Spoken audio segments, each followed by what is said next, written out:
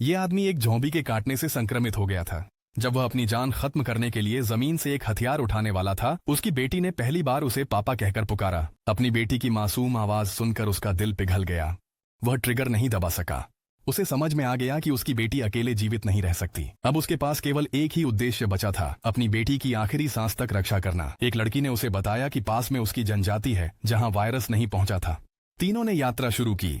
समय के साथ संक्रमण बढ़ता गया। उसकी दाहिनी टांग पत्थर जैसी सख्त हो गई और वह अब खड़ा नहीं हो सकता था। उसने एक डंडे का सहारा लिया और लड़की की मदद से चलते रहे।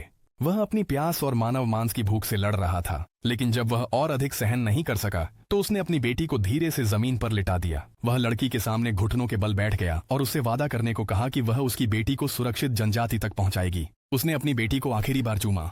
उसकी आंखों से ज़ॉम्बी जैसे तरल पदार्थ निकलने लगा। अचानक उसने सड़ी हुई मांस देखा और उसकी ओर दौड़ा, लेकिन उसे खाने से पहले उसने उस लड़की के हाथ में पकड़े हुए डंडे को देखा।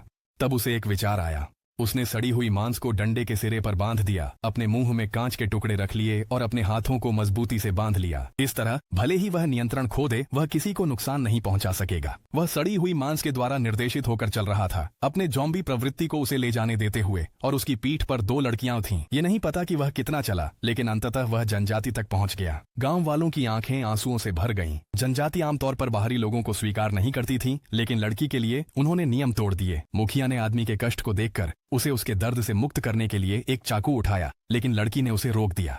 उसने एक इत्र निकाला जो आदमी की पत्नी का था और उसे कई बार हवा में छिड़का। परिचित सुगंध ने आदमी की आंखों में चेतना की एक झलक वापस ला दी। लड़की ने उसका हाथ पकड़ा और अपना सिर उसके कंधे पर टिका दिया। कुछ देर बाद आदमी जमीन पर गिर पड़ा। बाद में ग्रामीणों ने लड़की के पेट के पास एक शब्द लिखा हुआ पाया, धन्यवाद। यह आखिरी चीज थी जो आदमी ने होश खोने से पहले लिखी थी।